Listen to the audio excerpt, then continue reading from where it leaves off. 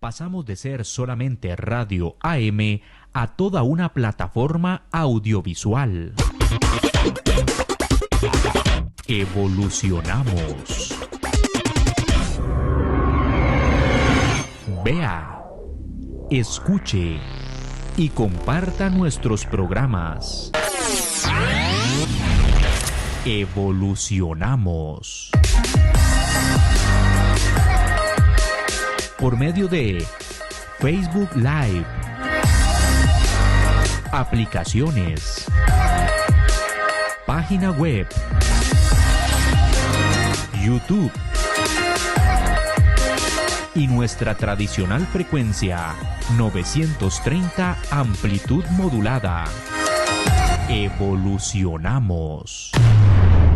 Somos Radio Costa Rica. Mucho más que una radio.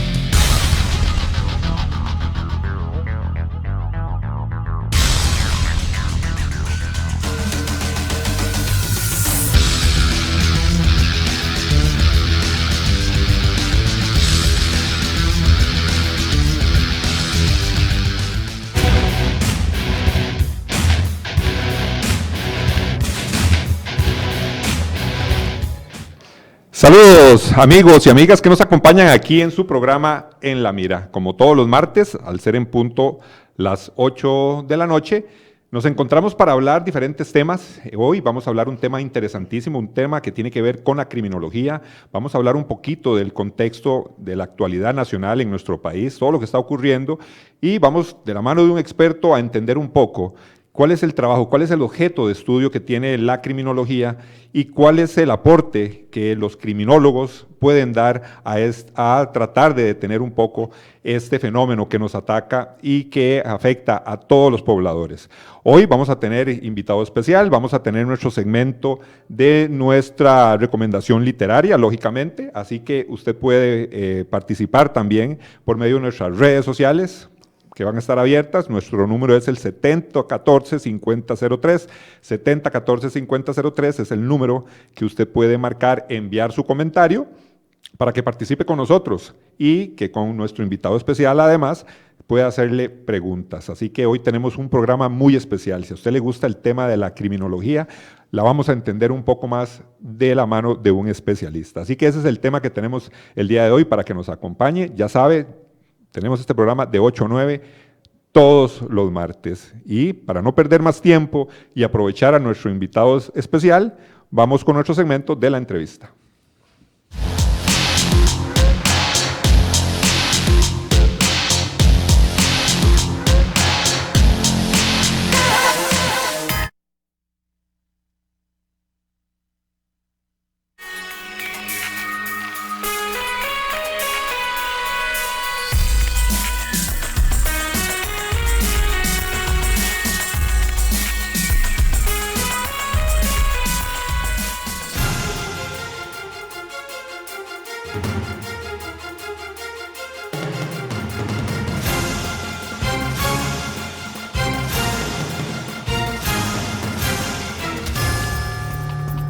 Como les mencionaba, hoy tenemos un invitado especial, un invitado de lujo. Hoy nos acompaña don Carlos García. Don Carlos García es criminólogo, es escritor también y catedrático, y un especialista y conocedor de este tema. También tiene su paso por cuerpos de policía, algo muy importante, y también es asesor legislativo. Carlos, muchísimas gracias por venir a acompañarnos aquí en su programa En la Mira y hablar de este tema tan interesante y poner una perspectiva un poco más allá del conocimiento que puedan tener algunas personas. Gracias, Carlos, por acompañarnos.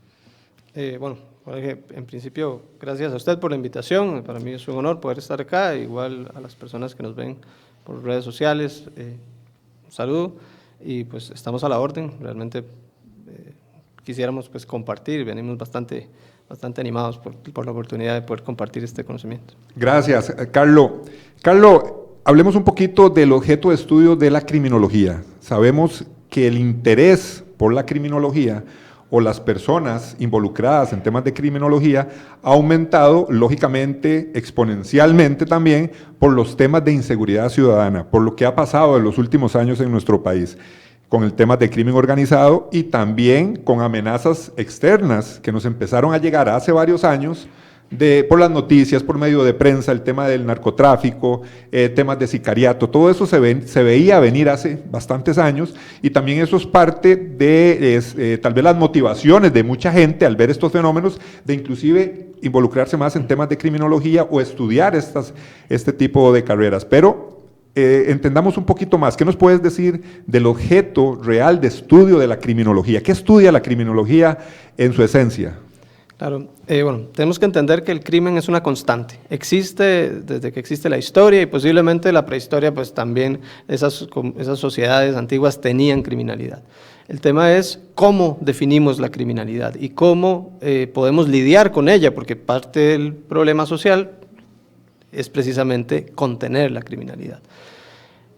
Hasta las sociedades más desarrolladas tienen niveles de criminalidad. Lo que entendemos hoy es que la criminalidad no se comporta como clásicamente creíamos que se comportaba. Hemos sido muy simplistas, por decirlo así, o reduccionistas a la hora de tratar de entender el problema criminal.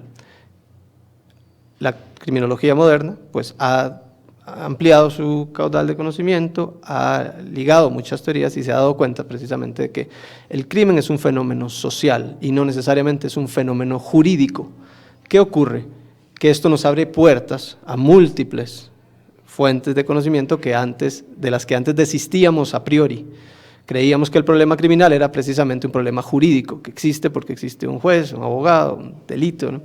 Y realmente no es así. El sistema judicial es un mecanismo de control eficiente sobre la delincuencia, que es un tipo de criminalidad. La criminalidad realmente es un problema de convivencia social, es un problema real, un problema que existe en el día a día y sobre el que nos hemos dado cuenta que no necesariamente solo el sistema judicial opera.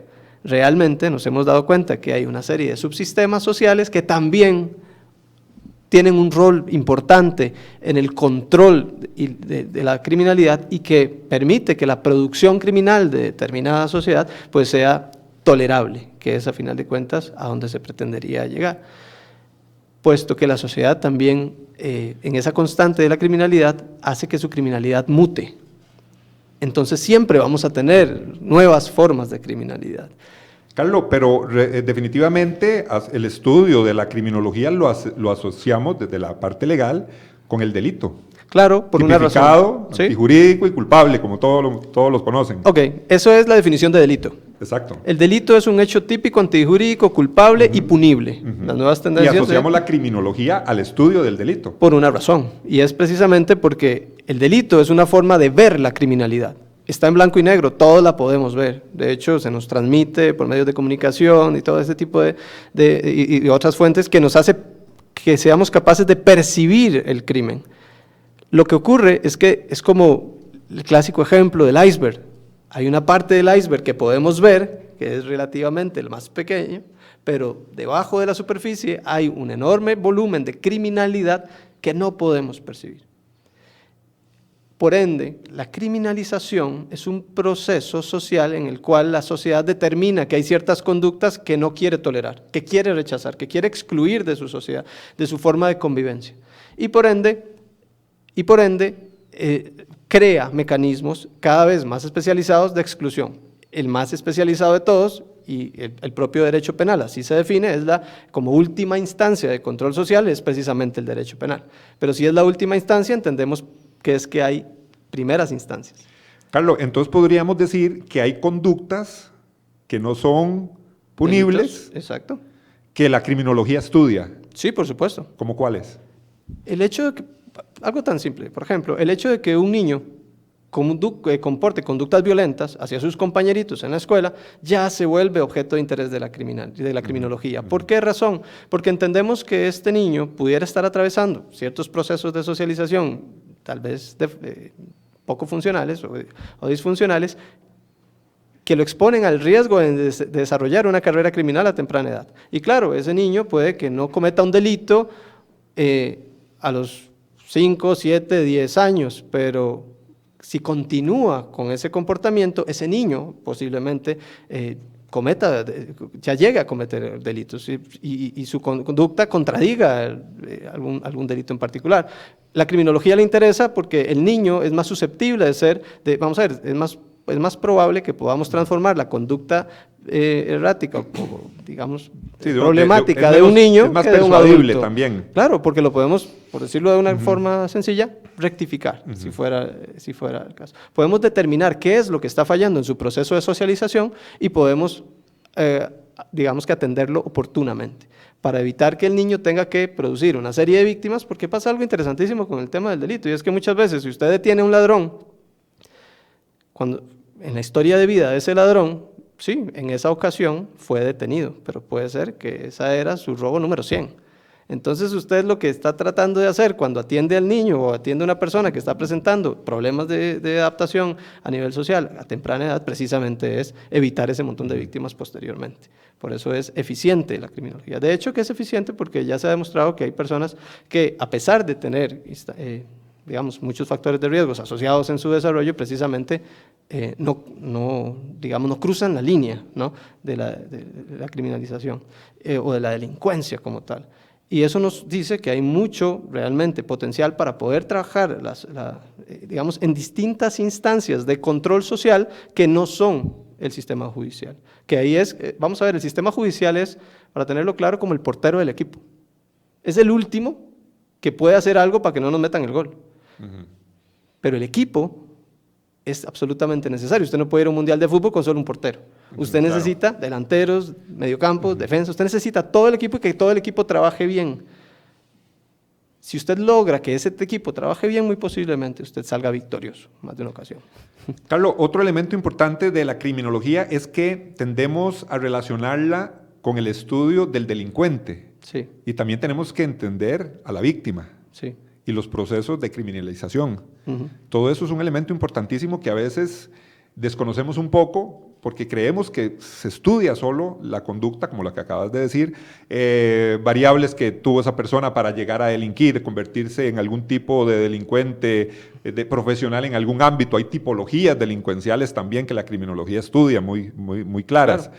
Pero también la criminología estudia a la víctima, y si hablamos de la víctima podemos hablar a nivel macro de lo que es la sociedad como víctima. Sí, de hecho ya existe, vamos a ver, la criminología pues ha tenido frutos a nivel histórico y ya existe la victimología, que es precisamente la rama que se dedica al estudio precisamente de la víctima y cuál es su rol en el contexto de la producción criminal. Efectivamente hay distintos tipos de víctimas y esas víctimas pues sufren diferentes tipos de daños. Si hay algo importante de entender es que al final de cuentas el crimen, para poderlo explicar de una manera sencilla, que es lo que tratamos de hacer en el libro, es una conducta humana que produce daño y que cuando es percibida por la sociedad produce una reacción social de reproche. A partir de ahí entendemos que tenemos algo que investigar.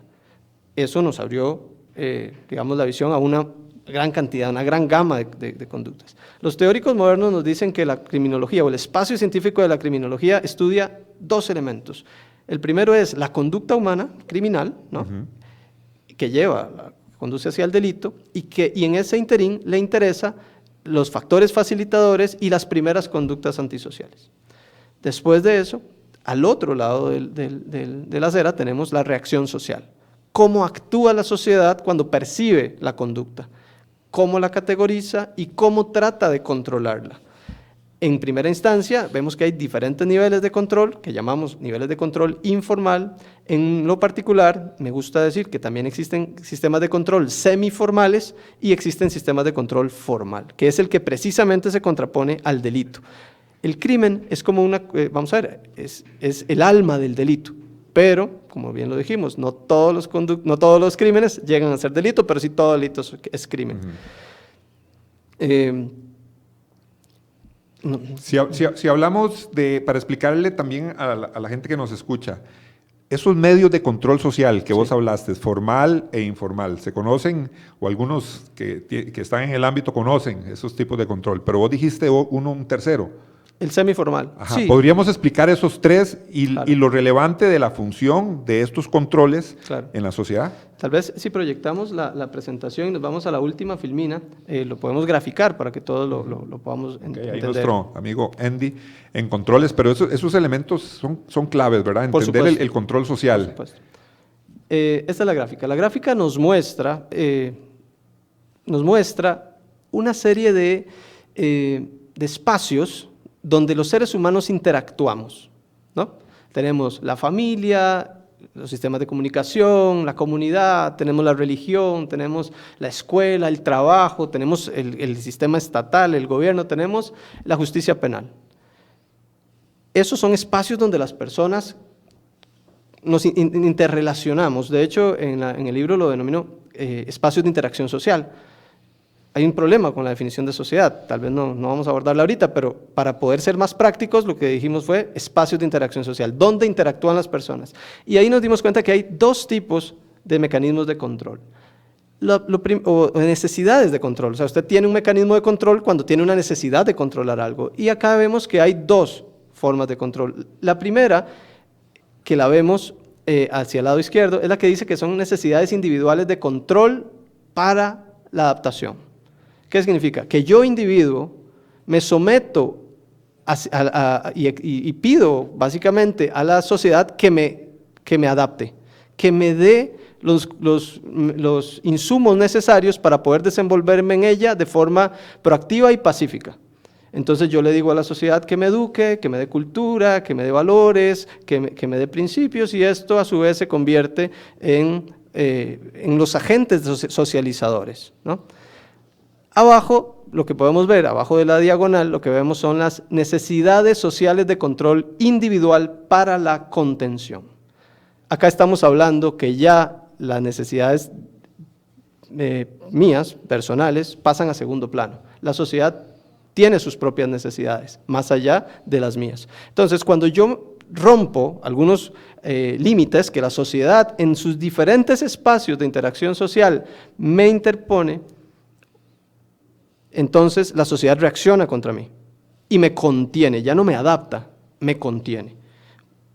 La diagonal lo que representa es el nivel de influencia que tenemos, y es una posición relativa, no podríamos graficarlo matemáticamente, pero es una posición para comprender. Nos damos cuenta que, por ejemplo, en la familia, a partir de la diagonal entendemos que las necesidades de control individual para la adaptación son mucho mayores proporcionalmente que las necesidades de contención que existen. O sea, es muy difícil que un miembro de una familia lo expulsen de la familia, que es precisamente lo que solemos ver como reacción natural en la sociedad. Por ejemplo, en el trabajo, si yo presento problemas, va para afuera. Me despiden.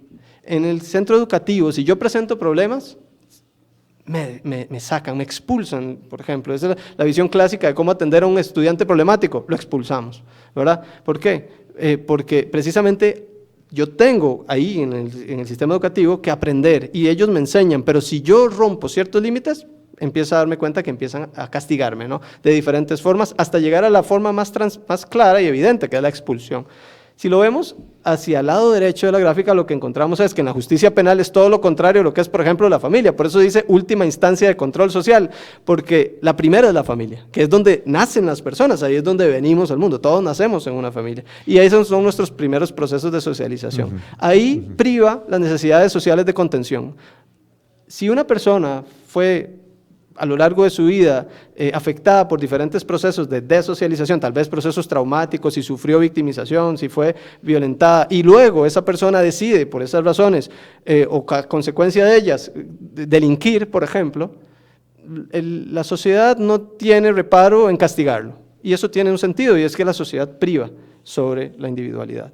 La sociedad es lo que hace que la mayoría de los individuos, todos los individuos realmente logramos subsistir. Y entonces, si un individuo, por las razones que sea, ha desistido de participar en sociedad y contradice aquello que esa sociedad quiere proteger, el sistema simplemente lo reprime. ¿Por qué? Porque no conocemos otra alternativa. Simple y sencillamente es lo que hay. No podemos transformar a la persona mágicamente.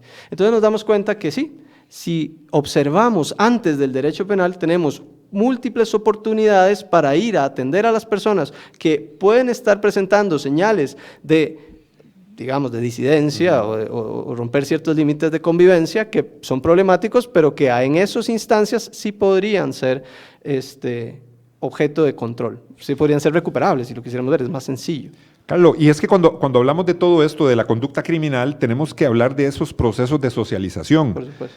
Y muchas de las personas que caen en conductas criminales han sido víctimas, muchísimos.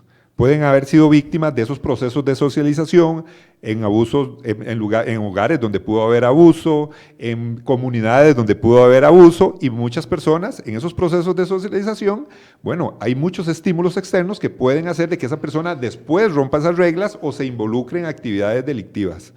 Entonces, podríamos decir que hay personas que al inicio son víctimas y luego se vuelven en infractores de la ley. Vamos a ver, el error histórico, podría decir, de la criminología es tratar, de las versiones de la criminología clásica, ha sido tratar de simplificar al máximo y crear un estereotipo de delincuente. Eso ya pasó de lado, eso ya lo dejamos de lado. Entendemos que hay, como le decía, cuando analizamos la conducta humana, hay factores facilitadores. Hay elementos, tanto endógenos como exógenos, que están presentes y que pueden acarrear el desarrollo de una carrera criminal, por ejemplo. Y sí, hay personas en que los procesos traumáticos que han tenido a lo largo de su vida precisamente son parte de esos factores facilitadores que promueven que la persona desarrolle una carrera criminal y empiece a delinquir, por ejemplo, a criminalizar es delinquir. Pero hay otros en que esos factores no son tan transparentes. Por ejemplo, ¿qué hacemos con conductas asociadas, por ejemplo, con la corrupción? Una persona que lo ha tenido todo en la vida, todas las oportunidades, todos los conocimientos, todos los accesos, todos los derechos, pero de repente llega y hace un fraude por 1 millón, 2, 3 millones, desfalca un banco. Totalmente diferentes. Su motivación es que entonces lo que tenemos que entender es que el crimen es multicausal, que no necesariamente podemos tener una receta específica para atender la criminalidad. Y tampoco podemos avanzar estereotipos, no podemos crear un estereotipo de criminal y decir, este es el criminal. Podemos tener perfiles criminales, que eso sí se ha venido construyendo. ¿Por qué? Porque muchas veces cuando hay una necesidad de saber quién cometió una conducta, no tenemos al que lo hizo. Entonces con la técnica de los perfiles uno puede ir más o menos para tratar de buscar, ¿no? Digamos, a partir de la experiencia, quién pudo haber sido. Pero lo cierto es que los procesos de socialización son altamente complejos, ¿verdad? Creo que no existe ningún teórico que pueda decirnos todos a la vez. Simple y sencillamente, el ser humano es tan diverso, es tan complejo, que lo único que sabemos es que simple y sencillamente no hay una receta para poderlos describir con precisión. Claro, lo que pasa, me parece, es que socialmente hay delitos que se exponen de forma masiva, digámoslo así, o que se dan con mayor frecuencia, o que el impacto social es mucho mayor. Claro. No es el mismo impacto que se tiene los robos de vehículos o algún tipo de asalto, a por ejemplo lo que estamos teniendo en la actualidad con el tema del sicariato, el crimen organizado, que el impacto social es diferente.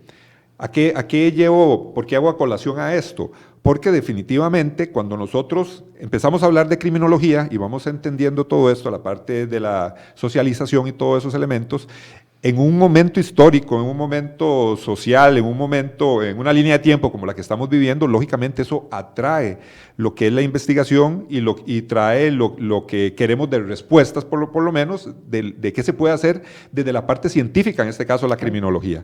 Entonces, podemos ver una tipología delincuencial de abusadores sexuales, por ejemplo, una clasificación de abusadores sexuales, de estafadores, de drogodependencia, o sea, es multicausal también y hay un montón de clasificaciones también delictivas. Sí, pero es interesante lo que está planteando. Ya cuando usted me dice, bueno, teoría general vamos a ver, una receta mágica para la criminalidad no hay. Lo que sí hay es conocimiento sobre conductas específicas. Si usted me dice, bueno, ¿qué está pasando con el robo de vehículos? Entonces, claro, podemos trabajar para incidir precisamente en ese problema porque ya, digamos, tenemos más información, más datos sobre lo que ocurre en torno a ello.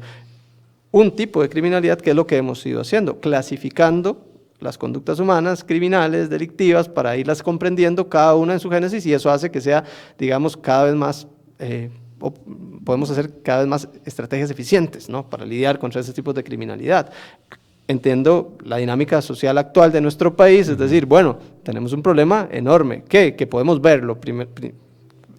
Hemos tenido diferentes tipos de criminalidad a niveles muy altos históricamente en nuestro país, pero evidentemente no son las formas más perceptibles de criminalidad, y por ende es que la sociedad hoy reacciona con tanta preocupación sobre la criminalidad. Nos estamos lastimosamente acostumbrando a cifras de 2 dígitos en tipos de criminalidad que básicamente nos preocupan demasiado. Por eso es que la sociedad reacciona, tiene niveles de percepción tan altos sobre la criminalidad, y es porque la criminalidad que podemos ver está creciendo, y no lo digo yo, lo dicen los propios datos de las fuentes oficiales. Dicen que estamos desde el 2008 por encima de los dos dígitos de muertes intencionales, de homicidios como tal.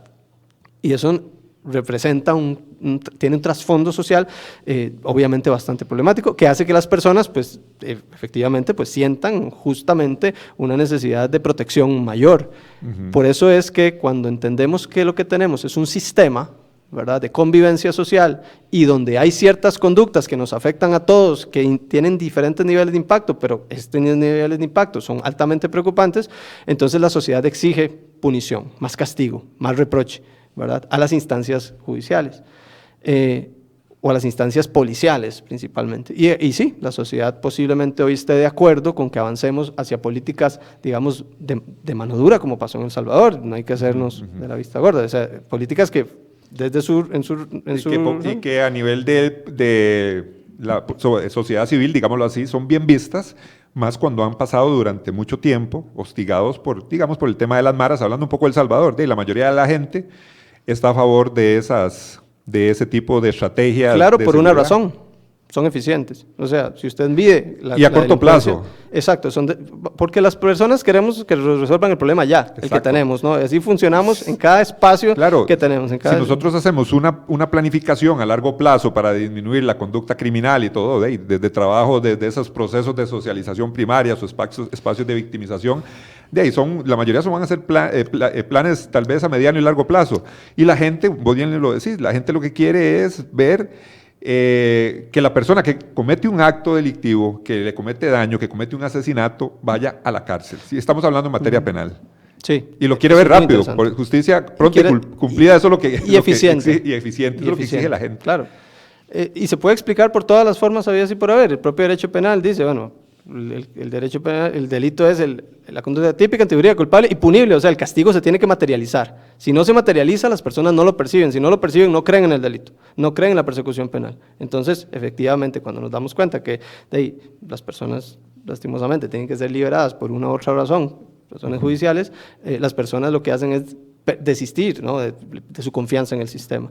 Pero también lo podemos explicar de una manera más sencilla, que creo que tal vez se parece mucho más a lo que estamos viviendo hoy, y es que, vamos a ver, si tenemos una emergencia médica, ¿verdad?, y tenemos a una persona que tuvo un accidente, lo primero que llegamos a darnos cuenta es qué tipo de lesiones tiene. Y resulta que hay lesiones que son más graves que otras. Y resulta que hay lesiones que, si se pierden de control, perfectamente pueden significar la muerte de esa persona. Entonces, hay lesiones con las que se tiene que trabajar de manera contundente. Por ejemplo, si usted tiene un sangrado exsanguinante, usted necesita detenerlo ya, porque está poniendo en riesgo todo lo demás. No importa si usted tiene una rodilla quebrada o si tiene un riñón roto. En ese momento usted necesita detener el sangrado que está provocando.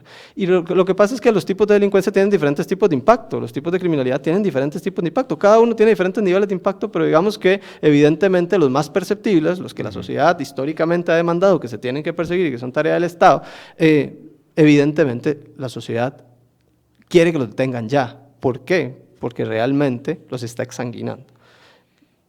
Son tan preocupantes que están poniendo en juego realmente el resto de las estructuras. Y es una prueba, es un test básicamente para el Estado de efectivamente si tiene la capacidad de controlar o no ese tipo de realidades que en este momento lastimosamente estamos afrontando. Vemos que hay un crecimiento significativo de la violencia homicida y es la forma de criminalidad más perceptible de todas.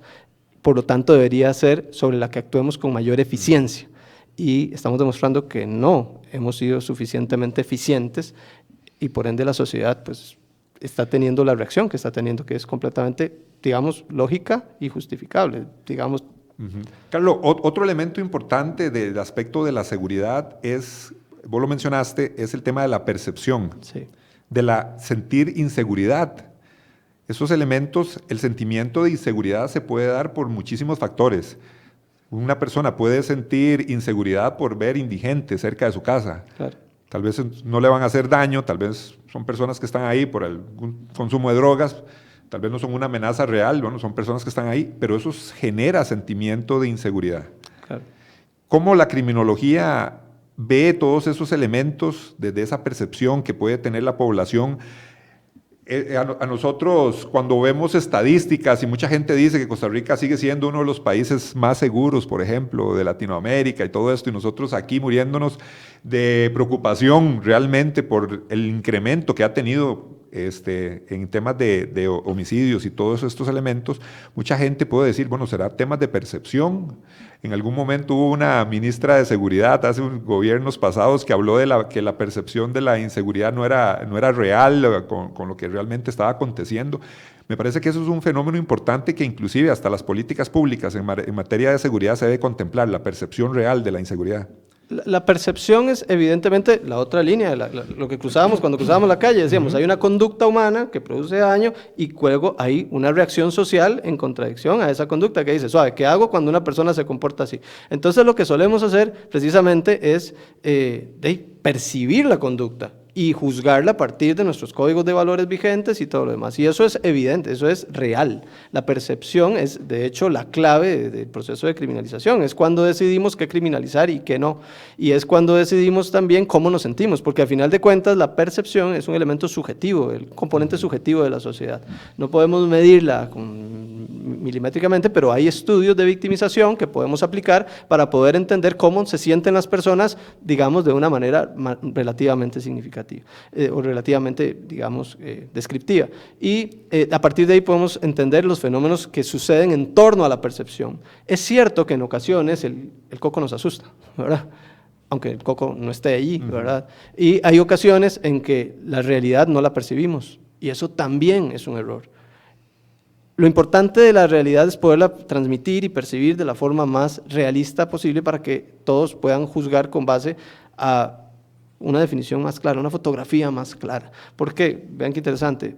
Lo que está sucediendo, hace un estudio en 2022 de la universidad, de una instancia de la Universidad de Costa Rica, por ahí, creo que lo tengo en una de las filminas por ahí, dice que el 65%, es un fenómeno curioso sobre percepción, por eso traía el dato, que en nuestro país el 65% de la población, ¿verdad? Creo que está por ahí, es uno de esos, el 65% de la población se siente muy insegura, ¿verdad? En todos los lugares de Costa Rica, menos en uno, donde sucede el fenómeno a la inversa, donde el 65% de las personas se sienten muy seguros en ese lugar. Y eso es muy significativo para entender la percepción. ¿Por qué? Porque si el 65% de las personas de este país dicen que nuestro país es muy inseguro, excepto en un lugar, y ese lugar es donde yo vivo, significa que aquí hay un tema de comunicación importante. El 65% de las personas dicen que todo el país está mal, excepto donde yo vivo. Donde yo vivo, aparentemente no está tan mal, ¿verdad? Como está en otros lugares. Entonces entendemos que los procesos de comunicación y los procesos de difusión de la información están alterando también la percepción de la realidad y en un nivel significativo. Evidentemente, hay tipos de criminalidad que impactan más directamente a la población, los que generan más miedo. Claro, yo no quiero que me maten, ¿verdad? Yo no quiero que unos sicarios lleguen y por agarrar a balazos a alguien me agarren a mí, o que me agarren a mí porque le caigo mal a alguien y que paga 50,000 colones y me va a matar. Eso lo entendemos, efectivamente. Tiene que ver con percepción. ¿Por qué? Porque la percepción es lo que me va a motivar a mí a comportarme de determinada forma o a exigirle al Estado haga o a presionar a las autoridades o inclusive a armarme y ser parte del problema criminal al final de cuentas. Sabemos que en un escenario criminal no importa quién ponga el arma, lo único que hacemos es aumentar el nivel de riesgo de que alguien muera por ese producto de esa arma. indiferentemente si la trajo la víctima o el victimario. O sea, con solo el hecho de que el arma esté presente en la escena donde se va a producir un acto violento, pues aumenta la probabilidad de que ese acto violento termine de manera crítica. Ese elemento que mencionas, Carlos, es importantísimo, porque esa percepción de la inseguridad ha hecho, y yo creo que eso es un tema que hay que analizar más a fondo, que mucha gente, esa percepción de inseguridad se está reflejando en la compra de armas de fuego. Muchas personas están decididas a armarse y tener armas en su casa debido a ese sentimiento de inseguridad. Si ya empezamos a hablar del tema de armas, bueno, es un tema muy amplio, ¿verdad? Como decís vos, se elevan las probabilidades de que hayan personas fallecidas, heridas de gravedad y todo esto. Pero sí es un tema delicado y un tema de análisis importante. Sí, tal vez para resumirlo, porque lo he estudiado tal vez hay profundidad. O sea, entendemos que la reacción social de los costarricenses ante el miedo por la comisión de delitos nos ha llevado casi que a destruir gran parte de nuestro país. Si usted ve y camina, transita por las calles de las principales ciudades de nuestro país, se va a dar cuenta que el escenario que teníamos hace 50 años, o hace 30 años, o hace 25 años, ya no se parece a la Costa Rica de aquellas épocas. Ahora todas las personas, no solo armas, es que hemos puesto cercas, mallas, alambre electrificado, portones. Todo lo que haya en temas de seguridad. Hemos perdido, eso lo llamamos, me gusta distinguirlo, son medidas de protección.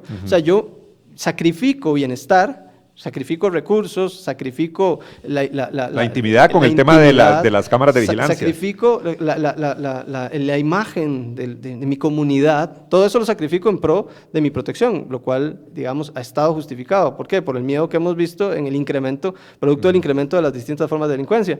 Hemos perdido gran parte de nuestra belleza comunitaria, de las comunidades precisamente. La infraestructura ha cambiado totalmente. Que nos... Además, lo único que hace es demostrar el nivel de miedo que tenemos a coexistir con distintos tipos de criminales específicamente. Carlos, vamos a ir a un segmento que es nuestra recomendación literaria. Nuestra recomendación literaria la tenemos al libro de Carlos García. Vamos a hablar un poquito de su libro, Carlos, en esta recomendación literaria. Gracias.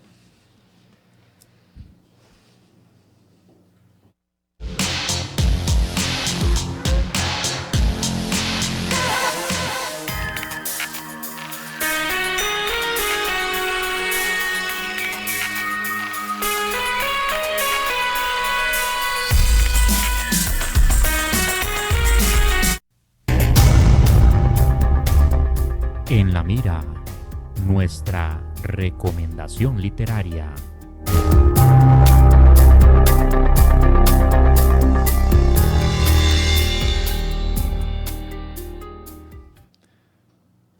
Bueno, nuestra recomendación literaria es este libro, Claves para entender la criminología, preguntas y respuestas sobre el estudio del crimen. Este libro, creado por don Carlos García, es un libro súper interesante. Ya tuve la oportunidad yo de leerlo y definitivamente nos da una perspectiva, un análisis muy concreto, exhaustivo también, con referencias históricas también, diversas teorías también de la criminología para entender un poquito lo que es el delito o la conducta criminal. Carlos, ¿cuándo presentaste este libro? Me parece que fue hace ya casi 2 años, ¿verdad? Si no me equivoco. Sí, creo que fue a principios del año pasado. A principios del año pasado. ¿Cuál fue la motivación? Vos como profesor, como criminólogo, ¿qué te movió para hacer este documento? Y este libro, te lo digo, yo tuve la oportunidad, es totalmente claro y entendible. ¿Cuál fue la finalidad realmente? Bueno, como profesor, que he tenido ya creo que 8 años de tener la oportunidad de ser profesor de criminología, pues he adquirido, digamos que una experiencia que yo mismo quería fijar, que quería organizar, que quería darle un sentido, y además he ido revisando las teorías más modernas en cuanto a la criminalidad para poderla traer a la criminología costarricense, ¿verdad? Es decir, ya las formas clásicas de las teorías debemos superarlas y debemos ir entendiendo cuáles son esas nuevas perspectivas y que nos dicen hacia dónde orientar la criminología como disciplina científica. Para mí eso es, digamos, muy significativo. Soy académico, me gusta la investigación y entonces decidí ordenar realmente las ideas para poderle dar a quien quiera aprender criminología, a quien quiera conocer un poco más el dónde estamos en materia de conocimiento criminológico, una imagen clara, ¿verdad? Por eso lo hice a partir de un juego de preguntas y respuestas para que quien quiera aprender pues pueda de manera simple obtener una respuesta. Dentro del ámbito académico, ¿cuál ha sido la aceptación de este libro? ¿Cómo ha sido? Ha sido interesante, he compartido con muchos colegas, con muchos he tenido la oportunidad de discutirlo y la verdad, si bien es cierto, hay teorías muy modernas y muchos inclusive de colegas pues no las conocían, la verdad es que creo que ha sido muy positivo. Honestamente, pues hasta el momento pues no he tenido así como una crítica dura. Y eso, que lo he expuesto, he dicho, bueno, denle por la jupa, ¿verdad? Si yo, analícelo bien y algo que a usted critique. no le gusta, dele, ¿verdad? ¿Por Okay. qué? Porque la ciencia como está sujeta a eso. es precisamente la discusión Claro. y pues al no tener criminología nacional desarrollada, yo dije, bueno, denme por la jupa a mí, ¿verdad? Pongámonos un poquito ahí creativos y discutamos. Si esto no les parece, bueno, creemos algo mejor, ¿verdad? Pero creo que valía la pena exponernos. Acabas de decir algo, son de los pocos libros que explican de esta forma la criminología aquí, o sea, autores nacionales. Sí, creo que autores nacionales, vamos a ver, hay muy buenos teóricos en materia de criminalidad y principalmente delincuencia, pero que derivan del derecho penal y que no necesariamente los he visto desarrollando teoría hoy. Recuerdo porque yo mismo pues recurría a ellos constantemente. Sí, fuentes de investigación para poder desarrollar el libro. Sí, y ellos lo hacen, pero digamos desde la perspectiva penal. ¿Por qué? Porque tenían una visión clásica de la criminalidad orientada hacia el delito exclusivamente. Y ahí es donde efectivamente pues hasta inclusive la criminología costarricense se inicia su desarrollo. Pero las teorías modernas a nivel global me dicen, ya no, vámonos a algo más que solo la delincuencia. Entonces, claro, hay grandes exponentes del mundo delictivo, ¿verdad? De teorías penal, de materia penal en Costa Rica, ¿verdad? Y podría nombrarlos, si no queda, ¿verdad? Javier Llobet, por ejemplo, que es un expositor, materia penal, o Francisco Castillo. Y claro, si usted me pregunta, yo les pongo el título de criminólogos. ¿Por qué?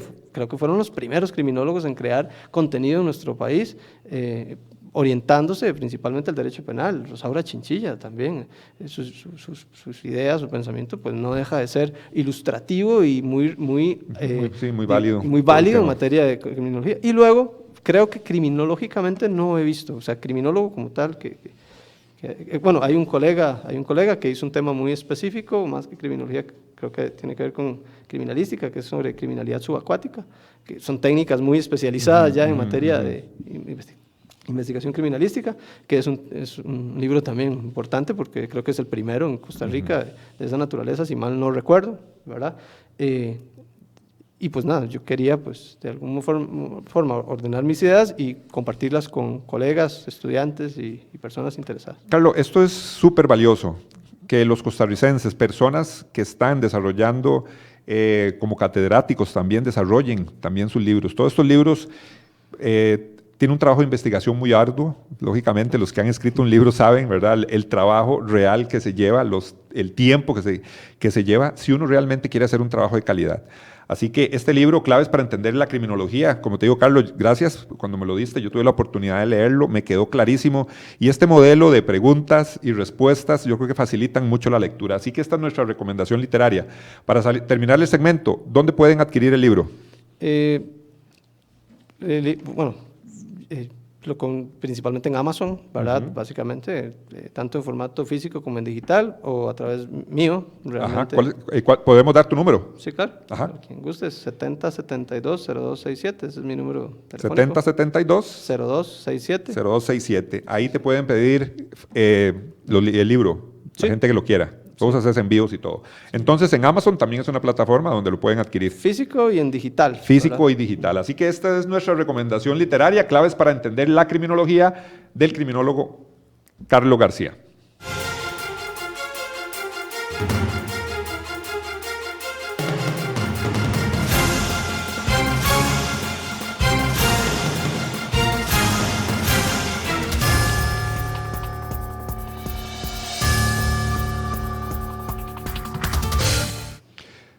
Continuamos con nuestro invitado de lujo, don Carlos García. Él es catedrático, él es profesor y escritor también. Estamos hablando sobre la criminalidad. Hemos hablado de la criminología, hemos hablado sobre el objeto de estudio de la criminología. Carlos, y yo creo que ahora viene la parte más complicada, diría yo, de estos temas.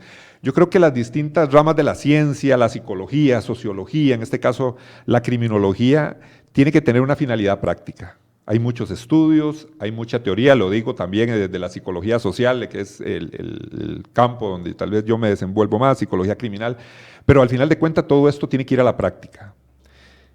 Con lo que estamos viviendo en nuestro país, y volvamos a la situación actual de nuestro país, tenemos que enfocarnos en eso. ¿Cuál es en este momento que crees vos que es el aporte más importante que puede dar la criminología a nuestro país, a los ciudadanos, en políticas públicas, en políticas preventivas? ¿Qué consideras vos que es lo más importante de la criminología en este momento? Efectivamente, y creo que de manera muy clara, el aporte de la criminología es poner el dedo sobre la llaga. Y le incomoda a quien incomoda, hay que decir qué es lo que estamos haciendo mal. ¿Por qué? Porque vimos que tenemos toda una estructura social capaz de contener la criminalidad, pero estamos haciendo cosas erróneas en diferentes instancias. Y es importante que aprendamos a atajar la criminología con los delanteros, con los mediocampistas, con los defensas. No quedarnos solo esperar a que el portero haga todo el trabajo y que el Poder Judicial tenga que atender toda la oleada de criminalidad que no estamos siendo capaces de contener desde instancias informales y instancias, como me gusta decirlo a mí, semiformales. Tenemos que ir a trabajar ahí, tenemos que entender que también hay una herida exsanguinante o algunas heridas exsanguinantes que hay que atender con medidas urgentes.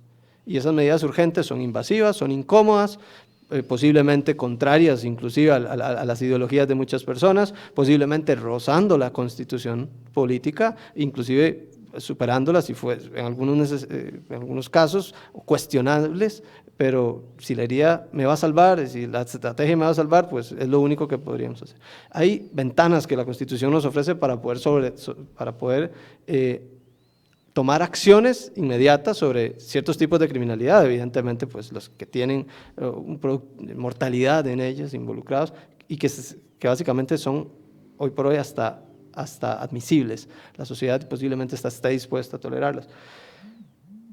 Pero tenemos que trabajar en ambas vías, tanto trabajar sobre aquellas heridas que nos están exsanguinando como los errores que hemos venido cometiendo sistemáticamente y que estos autores y otros que desde los años 90 nos vienen diciendo que estamos cometiendo una y otra vez los mismos errores y aún así no reaccionamos desde las instancias políticas, sociales, de la manera correcta, porque las advertencias estuvieron. Las advertencias fueron públicas, pero lastimosamente no reaccionamos a tiempo, no ajustamos las clavijas que teníamos que ajustar y el volumen de criminalidad que estamos produciendo hoy, consecuencia de todas esas malas decisiones, lastimosamente nos está asfixiando. Por esa razón es que uno ve ahora que, por ejemplo, los presos no pueden durar mucho tiempo en prisión porque no hay campo para tenerlos. Podemos ver que el Poder Judicial tiene un enorme volumen de casos que atender, que no puede atender porque simple y sencillamente hay que entender que el proceso judicial es carísimo y además no es tan rápido como quisiéramos. Y además, aunque fuese rápido, el enorme volumen de criminalidad que estamos produciendo a nivel social, que no es natural. No dar abasto. No da abasto. Y así, y por más dinero que metamos ahí, lo único que estamos haciendo es dándole más trabajo al portero. Realmente hay que trabajar en ambas vías. Y la criminología es buena para poner el dedo en la llaga, decirle a quién qué es lo que está haciendo mal.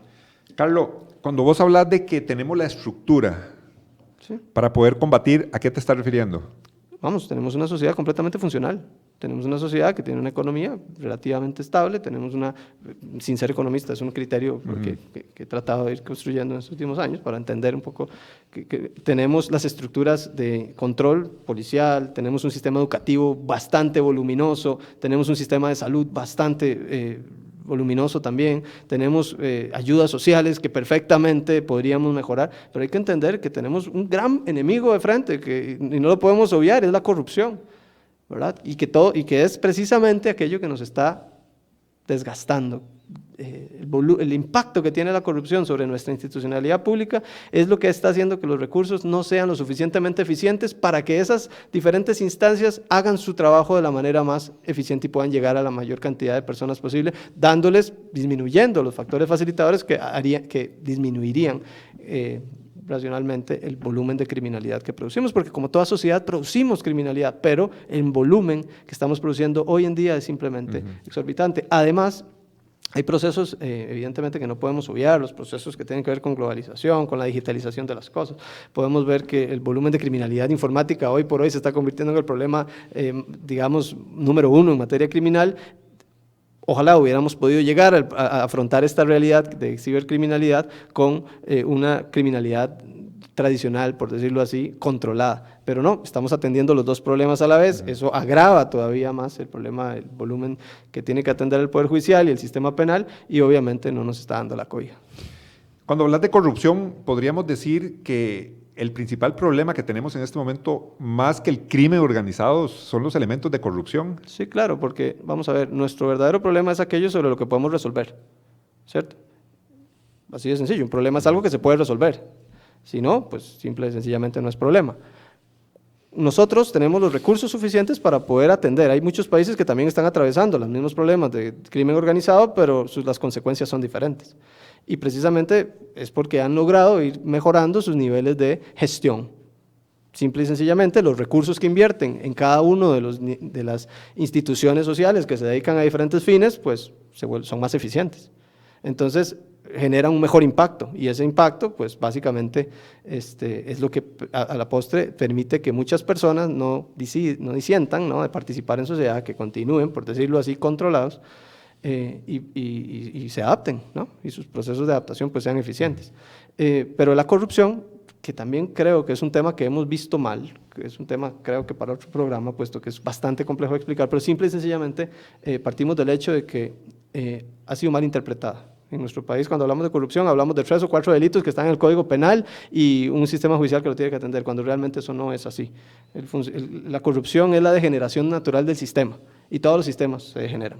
Cuando entendemos y aprendemos a leer dónde y por qué se degeneran los sistemas, es que podemos ir a atender la corrupción, a darnos cuenta dónde es que se nos está fugando la plata antes de que se fugue. Lo menos, en el combate a la corrupción, lo menos importante es meter al delincuente a la cárcel.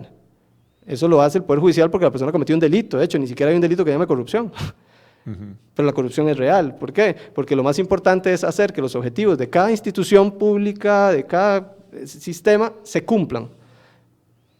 Y vigilar la corrupción o la degeneración de ese sistema es lo que nos permite cumplir cada vez con mayor eficiencia ese objetivo. Claro, después vendrá el Poder Judicial, pero ahora sí a atender menos personas que han cometido diferentes conductas asociadas a la corrupción.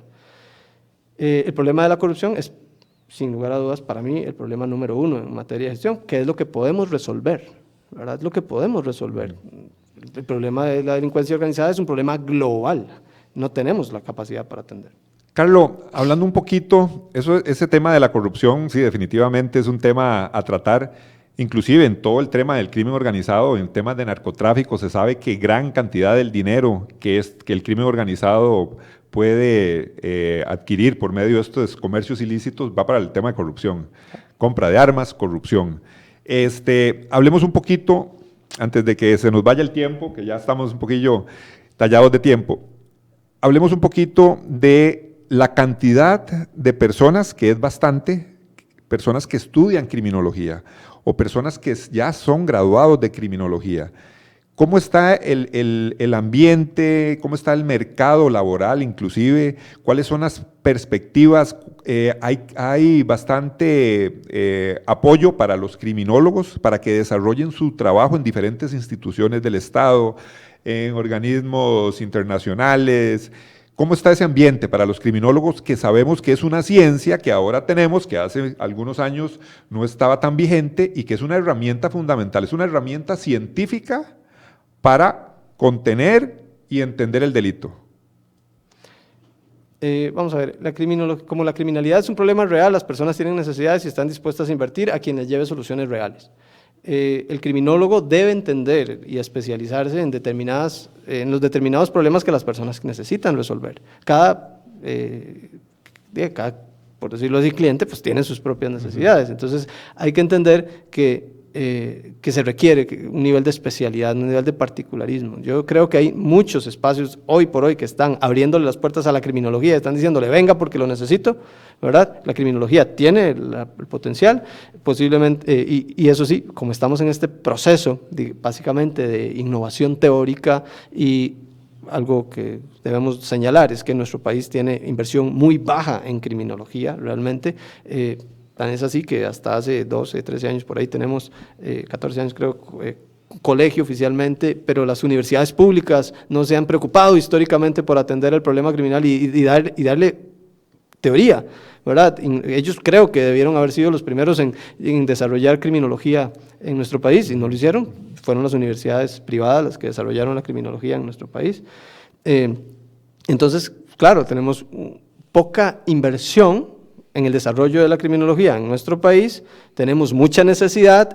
Lo que he visto es que los criminólogos más competentes, más comprometidos, que realmente se preocupan por su propia formación y especialización, aprovechan esos espacios, ¿verdad? Evidentemente, si no encuentran, si no se especializan, si no suplen esa necesidad que el Estado no les está supliendo porque no viene la formación de atrás, no tenemos los apoyos que tienen otras disciplinas científicas para crecer en nuestro país, pues básicamente hay menos armas, menos recursos. Claro, Carlos, y es que precisamente el tema, la preocupación que tenemos todos en materia de seguridad, las instituciones del Estado, bueno, tienen que apoyarse de este conocimiento que han desarrollado en este tiempo, vos decís 14 años más o menos, que ya tiene el Colegio de Criminólogos, personas que han investigado, personas que se preparan, y yo creo que si nosotros queremos dar una buena lucha contra los temas de la criminalidad, crimen organizado o todas esas amenazas que se van a venir en el futuro,